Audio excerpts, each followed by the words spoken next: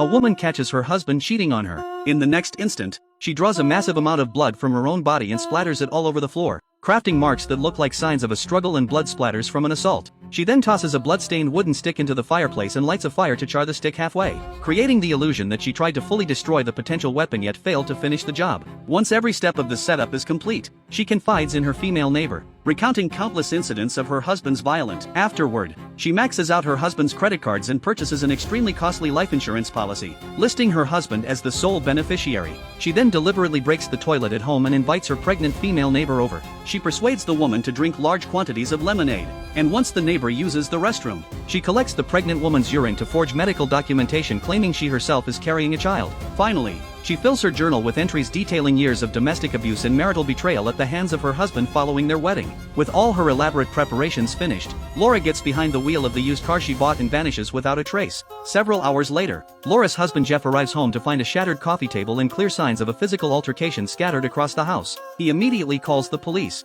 Detective Lisa arrives quickly and discovers blood traces hidden inside a kitchen cabinet. Laura holds a Bachelor of Arts in Literature from Harvard and works as a psychology lecturer at Yale University. To Lisa's greater surprise, Laura is the renowned author she has long admired. Officers take Jeff into custody at the station, collecting his blood samples and fingerprints for analysis. Investigators launch tracking operations targeting Laura's mobile phone and credit card records, while Lisa conducts a formal interrogation of Jeff. Jeff explains the couple moved back to his hometown from New York just over a year prior, and Laura has no acquaintances in the area, a revelation that strikes Lisa as highly unusual. As Laura boasts a significant public following, the police department schedules an official press conference. Jeff and Laura's parents step before the cameras, pleading with the public to share any clues that could lead authorities to Laura's whereabouts. Laura has numerous admirers, two of whom stand out as persons of interest. Her former boyfriend John once fell into extreme despair after their breakup. Another ex-partner, Tommy, grew physically aggressive once their relationship ended, prompting Laura to file legal charges against him, and they fear their daughter may have become a target of retaliation from either former lover.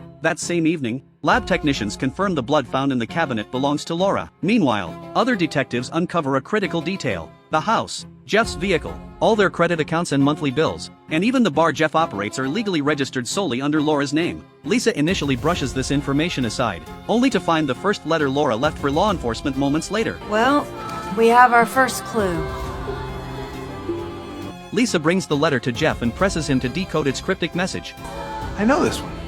Which points directly to Jeff's office. Upon entering the office, Jeff spots a second letter resting on the keyboard, while Lisa finds a piece of provocative women's underwear. After confirming the item does not belong to Jeff, she bags it as evidence and transports it back to the precinct. The second letter references a brown cabin. Jeff claims he has no knowledge of such a location, yet immediately after parting with Lisa, he drives to his family's hometown and discovers a third letter on a table inside the property. He attempts to hide and dispose of the note, but Lisa arrives before he can destroy it. Jeff refuses to hand the letter over to the detective, concealing it secretly and claiming he only came to the house to clean. With no proof to detain him, Lisa is forced to let him leave. The next day, Lisa brings a list of high-value purchased items to her team and asks if officers recovered any of the goods, including premium golf clubs and other luxury merchandise, during their full sweep of the villa. None of the items are found on site. The detectives head to the black market to question their regular contact Jason about Laura's movements. Jason reveals Laura visited him on Valentine's Day to inquire about purchasing a handgun, though he does not deal in firearms. So the conversation ended without further action.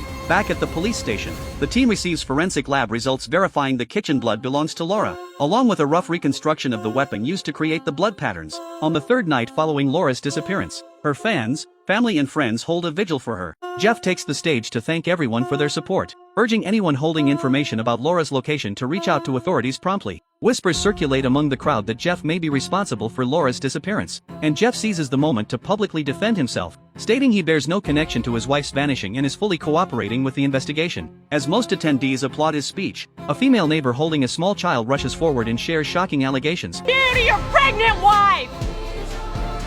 Let's find You tell that, Nick! You tell Mammy was 6 weeks pregnant! Turning the entire crowd against Jeff. Attendees shout questions demanding to know why he harmed Laura, and police escort Jeff away from the scene under protective custody. Did you know she was pregnant? I told you, Noelle Hawthorne's fucking crazy. She doesn't even know him. They look like pretty good friends to me.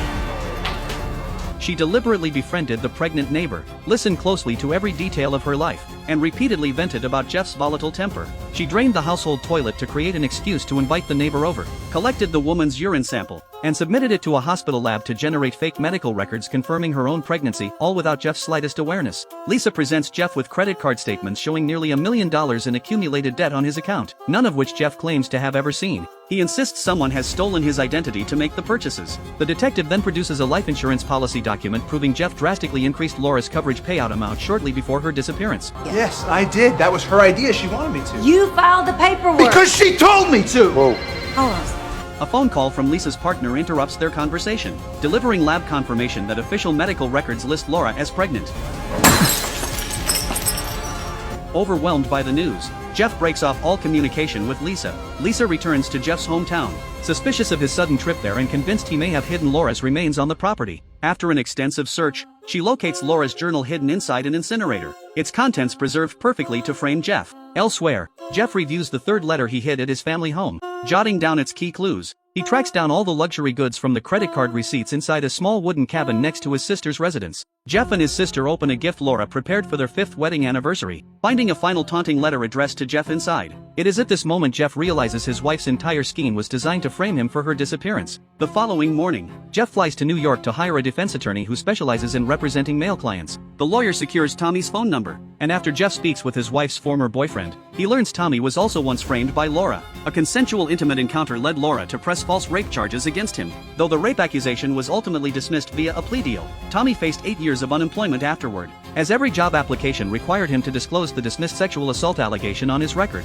Jeff finally grasps the full extent of Laura's manipulative nature. While hiding in seclusion, Laura watches news coverage tracking the investigation's progress and places an anonymous tip to police, reporting a cache of suspicious high-value items stored in the wooden cabin near Jeff's family property. After hanging up the phone, she flips open a calendar mapping out each step of her plan and crosses out the self-harm contingency she originally scheduled. To avoid being identified, Laura cuts off her long hair and dyes both her hair and eyebrows a different shade, to further alter her appearance and erase recognizable features. She takes a heavy hammer and strikes her own face hard enough to leave lasting disfigurement. She drives her second-hand vehicle to a remote rural town, dresses plainly, her wall calendar is covered with detailed notes outlining every phase of her plot. One morning as she heads out, a local female neighbor greets her. Laura responds politely, and the two cross paths frequently in the days that follow, quickly growing close. One evening as they watch television together, a breaking news segment covering Laura's disappearance airs. Seeing how flawlessly her scheme unfolds, Laura jumps for joy. She revisits her timeline planner once more and permanently scratches out her backup self-harm plan.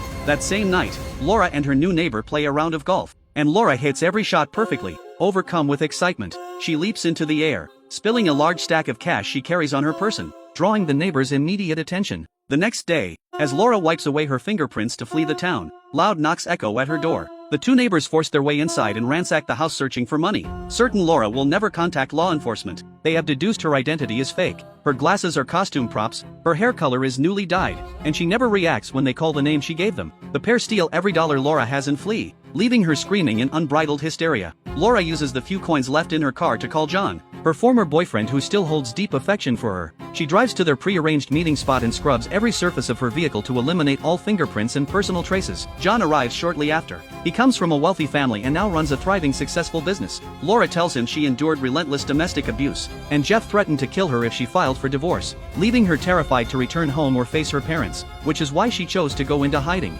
John offers to shelter her at a secluded lakefront villa far off the beaten path, where no strangers will pass by. As they drive toward the property, live news coverage featuring Laura's case plays on the car screen. A woman named Andy appears on camera, claiming Jeff misled her and persuaded her to enter an extramarital affair with him. Laura seethes with anger watching the interview. Footage of Laura's parents airs next, where they announce they have severed all ties with Jeff and firmly believe he bears responsibility for their daughter's disappearance. Jeff's legal counsel devises a new strategy: arrange for Jeff to appear on a top national talk show, where he openly admits his infidelity to win public sympathy and support from online viewers. Jeff has a sudden change of heart. Jeff delivers a tearful apology and heartfelt declaration of love to Laura. Amy, I love you. You're the best person I've ever met. And I've taken myself to the woodshed for the way that I've treated you. And if you come back, I promise I will spend every day making it up. I will be the man that I promised you I would be. I love you. Come home. His confession strikes a chord with Laura, who has spent her entire life craving genuine love above all else. Laura was born into a wealthy family. She met Jeff at an academic exchange event and married him against her parents' strong objections. Shortly after their wedding, Jeff's mother received a terminal cancer diagnosis, and Jeff unilaterally decided to move back to his hometown without discussing the plan with Laura. Even so, Laura agreed to relocate to the small town with him. Jeff thrives back in his hometown, surrounded by his family and childhood friends, free from the judgment of Laura's affluent relatives. Yet he gradually stops considering Laura's feelings. Not long after their move, a severe economic recession hits the country, leaving both of them unemployed. Laura's parents also fall deep into debt and must withdraw nearly $1 million from Laura's personal trust fund to settle their obligations. Jeff flies into a rage upon learning the large sum will be taken, but Laura stands firm that the money belongs to her parents, leaving him with no choice but to accept the loss. One day Laura returns home to find Jeff absorbed in video games, having splurged on the latest gaming console and laptop. She recognizes his purchases as a petty retaliation against her. Laura comforts him, reassuring him unemployment is only temporary. Well, that's the basic tenet of a prenup. Why are you throwing that in my face again? Because it's easy to throw. Nick, I don't get it. I don't get why you're daring me to be someone I don't want to be. The nagging shrew, the controlling bitch. I'm not that person. I'm your wife. I'm sorry. I just don't know how to do this. I've never known how to job. I flip burgers, I painted houses, I don't... You'll get another job. She uses the remaining funds from her trust fund to finance a bar for Jeff to operate. Nevertheless, Jeff grows increasingly cold and distant toward her. Laura hopes having a child can mend their bond, but Jeff insists the timing is wrong and prepares to leave the house alone. A vicious argument erupts between them. You want to be the couple that has a baby to save their marriage? Save? Reboot, retool, rekindle, whatever. And you're gonna walk out Yeah. there now? Yeah. You're a fucking coward. No, you can't go on like this. Oh, really? I won't. You won't? You won't? Why, it's not good enough for you? It's not even close. And Jeff shoves Laura hard to the ground. Months later, Laura passes by Jeff's bar and witnesses him flirting openly with Andy as they exit the building. In that instant, she understands the full truth of his betrayal. She realizes she sacrificed everything for love to marry a man from a modest rural background, only to be repaid with infidelity and cruelty, and so she crafts the elaborate disappearance scheme to frame him. On the night the talk show airs, police locate the remote cabin holding all the stolen luxury goods. Detective Lisa loses all remaining trust in Jeff. Investigators also recover the bloodied wooden stick Laura staged as a murder weapon. Armed with physical evidence and the weapon, Lisa arrests Jeff, though his attorney quickly posts bail, confining Jeff to his home as they await trial. Meanwhile, Laura's resolve shifts after watching Jeff's televised apology, and she decides to return to him. Her former boyfriend John refuses to let her leave, purchasing women's clothing and personal items for her and announcing he plans to move into the lake villa to stay with her permanently. Noticing surveillance cameras installed throughout the property, Laura hatches a new plan. Early the next morning, while John leaves for work, Laura positions herself in front of one security camera and stages footage making it appear she has been violently assaulted. When John returns home that evening, she greets him warmly, slipping a small pocket knife into her possession when he is distracted. The following dawn, Laura arrives back in town covered in tomato juice, and reporters camped outside Jeff's house rush to capture footage of her. Jeff stands frozen, stunned by the sight of his wife returning. You fucking bitch.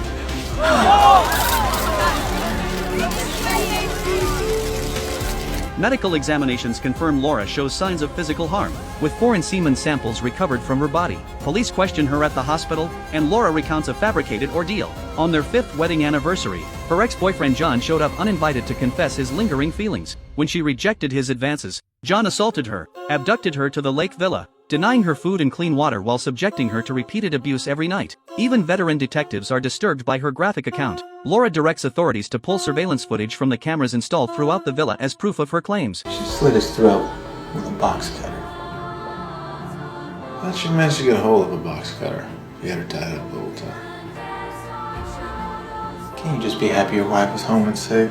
The public and law enforcement alike prioritize Laura's safe return, clearing her of all suspicion. The fabricated narrative also exonerates Jeff, and the pair head home side by side. Once the front door shuts behind them, Jeff drops the act and confronts Laura, demanding the full truth of what transpired. Laura insists they shower together and reveals every detail of her master plan. Public opinion firmly sides with Laura, leaving Jeff too afraid to leave her side. Following this incident, Laura's fame surges to new heights, and Jeff falls completely under her control. Right now, it's all about our marriage.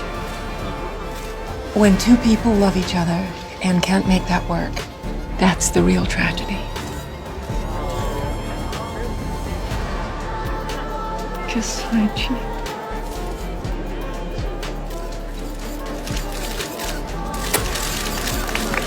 2 months later, Laura presents Jeff with a gift, a positive pregnancy test. Jeff is overcome with confusion. Laura reveals she persuaded him to freeze his sperm years prior, then secretly underwent artificial insemination without his knowledge. Enraged, Jeff slams Laura against the wall. Oh, God.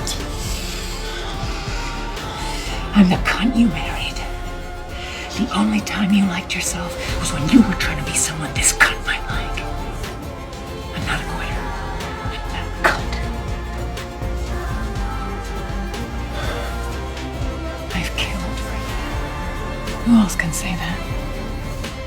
You think you'd be happy with a nice Midwestern girl? No way, baby. I'm it.